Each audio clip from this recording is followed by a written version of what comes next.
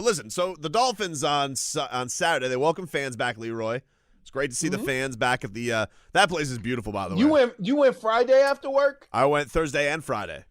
Thursday because it's so close. It's like right down the road. You know, it's not like the old Davie one, which is like far, and I would never make it. Now you go there. Davie's close to me. So. Yeah. But this one, if you came to the studio, we could do a little ride ski on over. You and me. Hang out with Steven. Use your connects, you and me. Maybe a little VIP tour with Steven Ross. Empanadas. Get some empanadas on the way. Oh, we'd be a big Fridays. hit. We'd be a big hit if we brought like Xavien Howard some empanadas. Be like, Xavien, come on, you're not practicing. You're not practicing. Come get this pulled pork. It's delicious. Oh man, yeah. That was rookie of the year.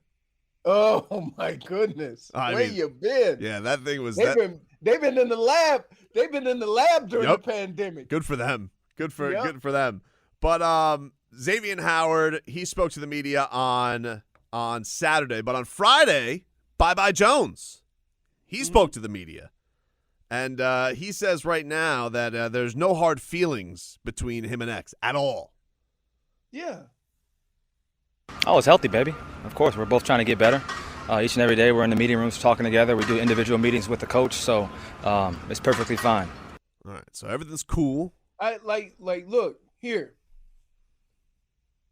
Don't misinterpret what X is doing. Like, there's nobody on that team that has any hard feelings towards X. Yep. Now, what the organization wants to do is they want to put pressure on the team to try to get at X to let them know how much we need him, and maybe that'll turn him.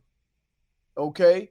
But if you're a player on that team and you know X's situation, you don't take like Byron Jones is not offended by what X is saying. Yeah, and here's he knows X has is all pro in the league and whatever. So he has a valid point. And it ain't gonna change his money. That's true. So why would he care? Here's a little bit more Go about. Get yours. I got my player. Go get yours. Here's a little bit more about Bye Jones saying didn't mind being referenced in Xavien Howard's Instagram post. Yeah, no, I didn't mind because truthfully, man, the guy's one of the best. I mean, the guy had 10 interceptions last year. There's no secret to his impact on the defense and his impact on the team. And when a guy has a season like that, he's the freaking best. So I understand what he's trying to do. That's my boy. We played a lot of hard snaps last year together.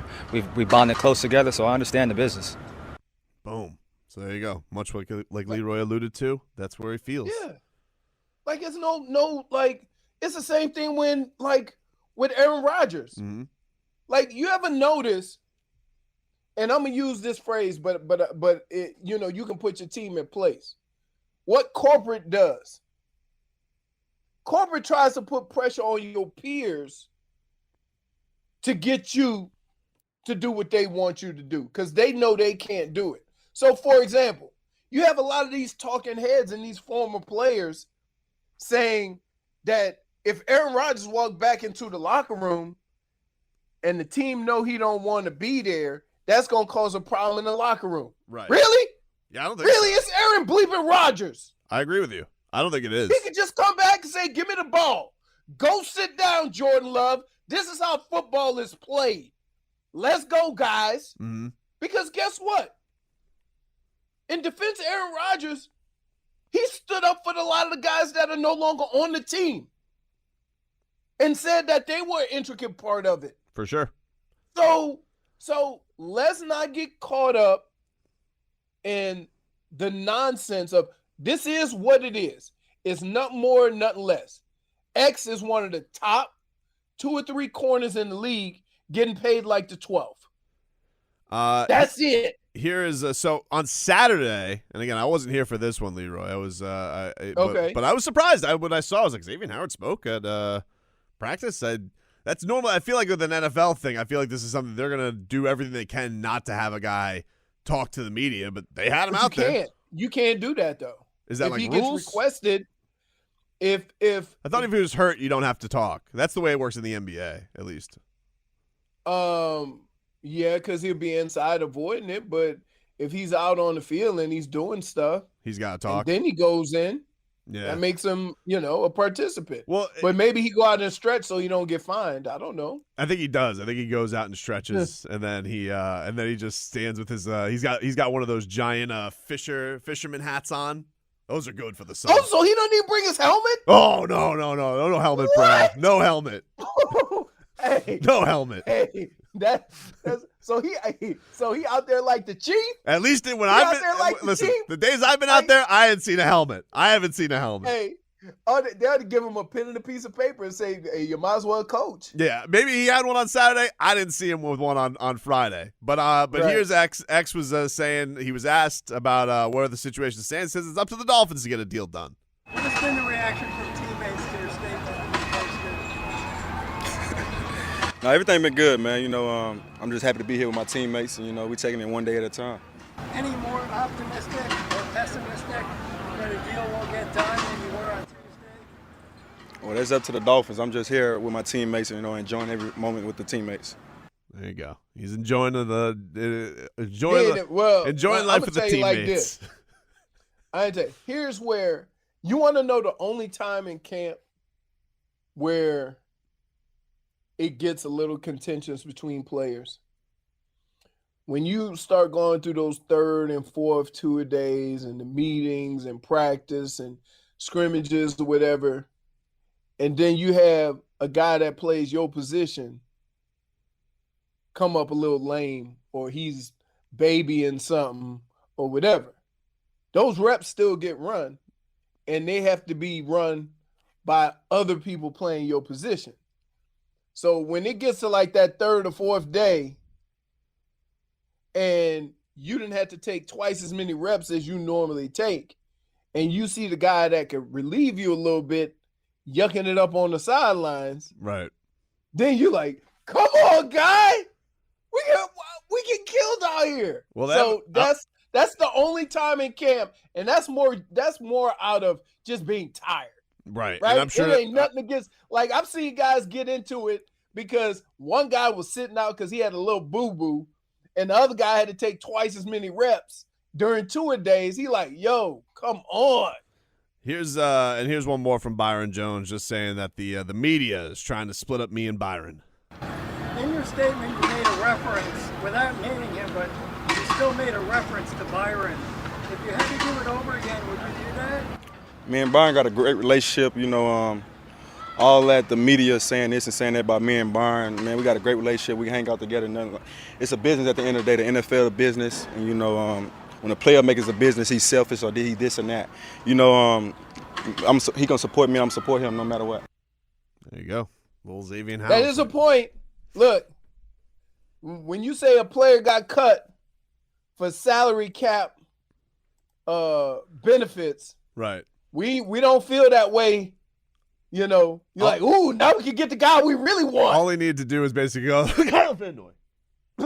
Excuse me. Yeah. Like I think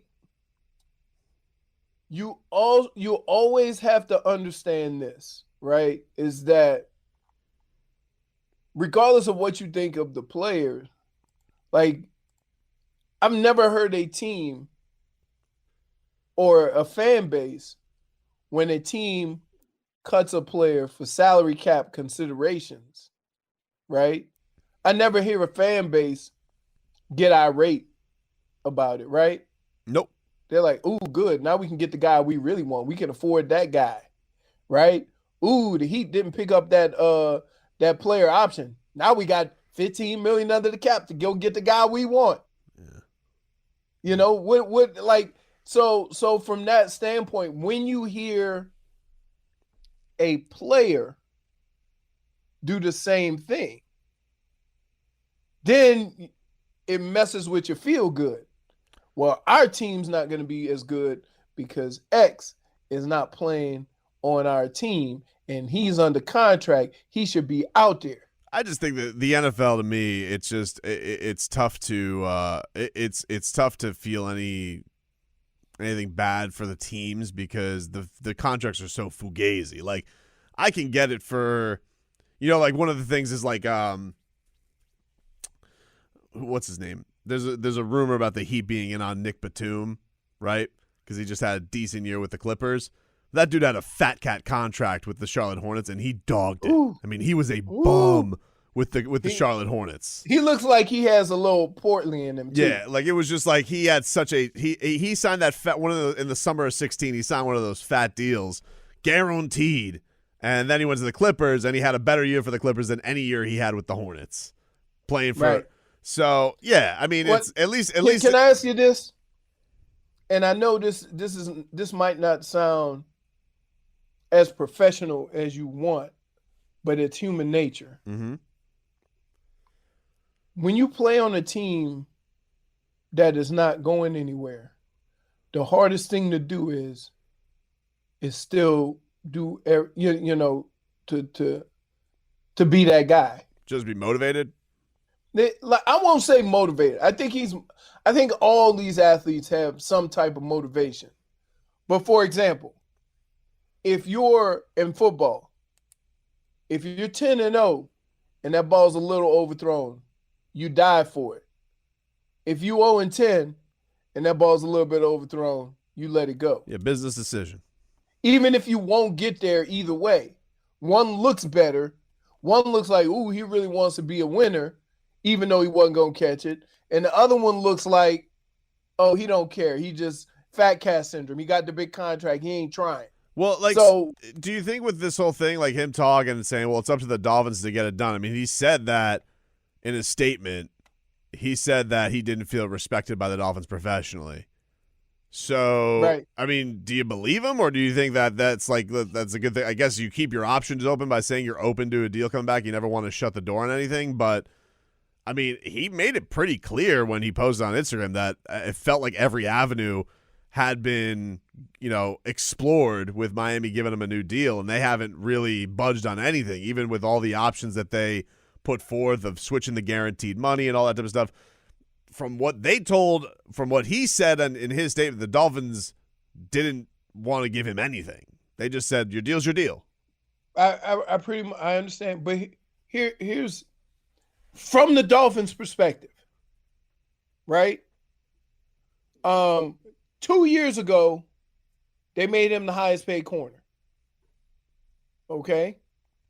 And like with every other position, if you play under that contract for 2 years, you're probably not going to be the highest paid after those 2 years. You're compensated at that time. Mm-hmm.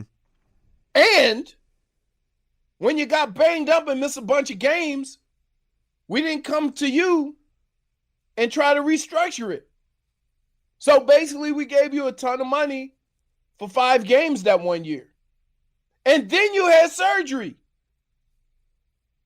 And then you came back and balled out.